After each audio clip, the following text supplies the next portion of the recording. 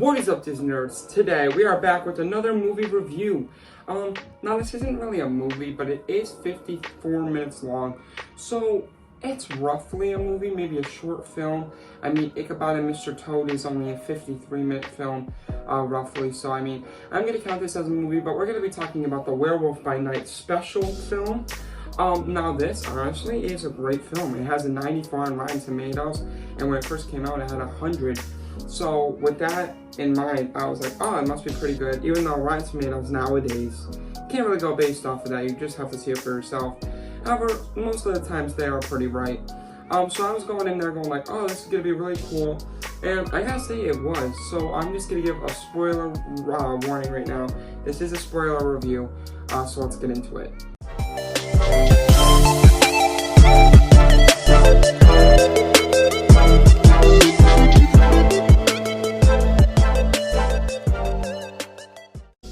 So starting off, this movie definitely has a 1930s Wolfman vibe to it, clearly, because it is in black and white.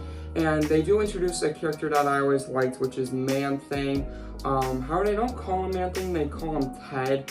And easily, this is one of my newest favorite characters of the MCU by far. Now, Ted has one of the most awesome scenes in this film. There is like two scenes where he just kind of, his hands are like have magical powers where like he holds someone and like just like makes them decompose kind of. And this movie is definitely by far one of the most graphic MCU movies, and I'm here for it. Thank the Lord. Kevin Feige has finally made something that is like graphic, and I'm all here for it. Because I gotta say, Moon Knight I wish was a little bit more sinister. It was, and I was really looking forward to it, but I wish each episode was like that. Now this just felt like something that was like perfect. It was short, simple. I couldn't have asked for anything more unless it was a full-length film set for October, like a Halloween type feel movie, hour-and-a-half film. Because it did feel that this movie was a bit stretched out. I would like to see like a full movie of this guy. That's my only complaint really when it comes to this movie. I would love to see how the Bloodstone family, like how they were involved and stuff, instead of just kind of like a short special. Because I don't know if this is just a standalone film, if they're gonna tie it into Secret Wars, if they're gonna tie it into future possibilities, but this is here, and I don't know if it's just a single film or not. But I will say that I do think that this will be connecting into the future, because Man-Thing is kind of somewhat a big character in Secret Wars. He's in there a lot, and I will say that they, in that photo for the Marvel ride that's coming to Disneyland, they did add Werewolf by Night and Man-Thing in there. So that pretty much says that this is going to lead into the future of the MCU, hopefully. Now, I loved it. I definitely love this. It's probably on my top 10 favorite MCU things, because it's just so original. So let's break down the story. So pretty much Bloodstone, Mr. Bloodstone is pretty much like, you know, dead, and they're trying to pass on this diamond, but you have to find a monster. And there's this one guy who no one really knows too much about, and he killed over 100 monsters, and like everyone's so surprised and stuff. But turns out he's a monster and he's a werewolf, but we'll find that later on. So anyways, you go in the story, they're trying to find this, and turns out it's Man-Thing, or Ted as we like to call him.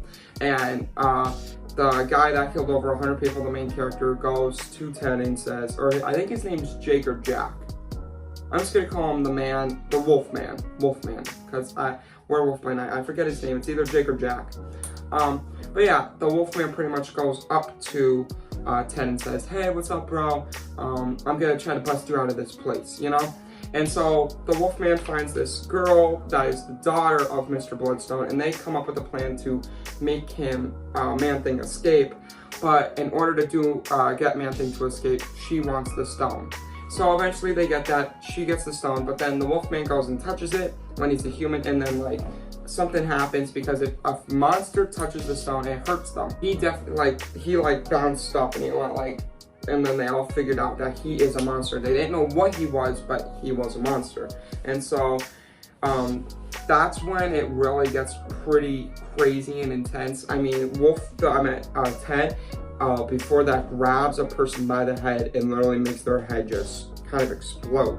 And it's just awesome. The only problem with that is it is in black and white, which clearly, because I mean, I guess Disney doesn't really want to show that in color, but it would be really cool to see this movie in color, in my personal opinion. But it does add to the effect of, like, you know, the original Wolfman movie, but it would be cool to see this in color. Alright, so after the Wolfman is locked up with the girl, and he turns into the Wolfman and just starts beating people up left and right, throwing heads off, it's crazy.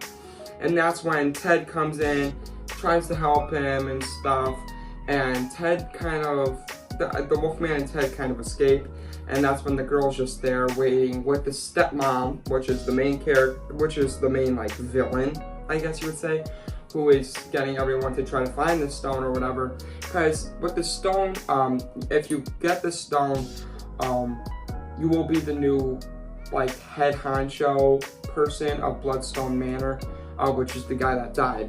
So she's like all mad and stuff, and then Ted just comes in there, grabs her by the waist, and she just gets split in half and, like, thrown, which is just awesome.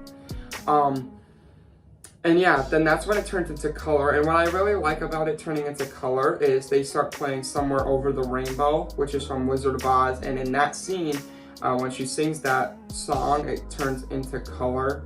So that's just really cool, because, like, this movie is basically saying, hey, we're turning back into color now. And I can clearly see why they turned it back into color, because that's when they turned it back into color is where all, like, the action and bloody stuff stopped. So now they could show it in color and stuff. It's, I think, to get that TV-14 rating, they had to put it in black and white. So I understand what they're doing. But nevertheless, it is still a cool film. And then we see Ted in color. So we see Man-Thing in color, and he just looks awesome. He's like Jack, just walks like this. It's awesome. We see him and the Wolfman just talking, sitting, discussing what they're gonna have. And there are a few jokes in here that made me laugh and stuff. It's pretty cool. And that's just the end of the movie. So it's really cool. Short film. Personally, I really liked it. Now let's get into the aspects of what I would say. So comedy-wise, out of 5 stars, I'm gonna give it maybe 1.5. There's not a lot, there's a few chuckles in there, not a lot of comedy. Drama-wise, you know, I'm gonna give it a 3 stars. It has me on suspense, like saying, oh, what's gonna happen next? Horror vibes, I'm gonna give it a 4 out of 5 stars. I mean, there are some scenes in there where it is not really scary, but you're like, oh wow, this is awesome, like, it's gonna happen like any minute now. You know what, maybe 3 out of 5 stars for horror, not 4, my bad. Alright, action-wise, I'm gonna give it a 5 out of 5 stars. One of the best actions, Marvel films I've seen. Like, it's crazy how much he can fight. It's like seeing Daredevil fight something, but 10 times better, like a Daredevil fight scene, because this, like, he, like, just rips people's faces off. It's kind of what I really wanted for Morbius, but better. Like, this is what I expected Morbius to be in color, kind of. So yeah. So overall, it was really just an awesome film. I loved it. Now, TV, like, if you're gonna watch this at home, you can't watch this in the movie theater, sadly. But I mean, like, you can't. Now, at TV, at home, I'm giving this a 4 out of 5. 4 out of 5 stars. It is good to watch it at home. And then in the movie theater, it is only a 54-minute film. So in the movie theater, I'm gonna give it a 1 out of 5 stars, just because it's not worth it to go see a 54-minute film in the movie theater. But personally, I do love it. So yeah, that was pretty much my feeling about it. I loved it. Every single second about it was just perfect for me. It was short, sweet. The only critiques I have about this movie is it could have been longer. I would love to see a full-length film of this movie, like his backstory and everything. Seeing Ted, like how he met Ted and stuff. Just a really cool, long feature film in the movie theater. I think it would have been even neat. Even if it wasn't black and white, I would have still loved it. And number 2, I'd like to see it in color, which is minor complaints, because I do like it in black and white. It still adds to the vibe. But, alright, so 2 complaints, just full-length film and in color. That's my only complaints. Now, the pros with this movie is one of the best action sequences of all time. I love this, and Marvel-wise. I love these action fight scenes in this short film.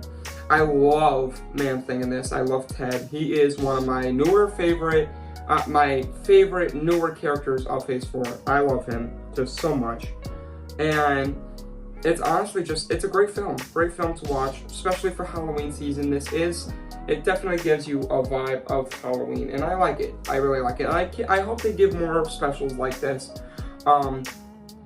Sadly, when I saw the trailer, I did think it was going to be in color, and they only had the trailer black and white, but it was black and white. But you know what? It's fine. I still loved it. So let me know what you guys think in the comments below.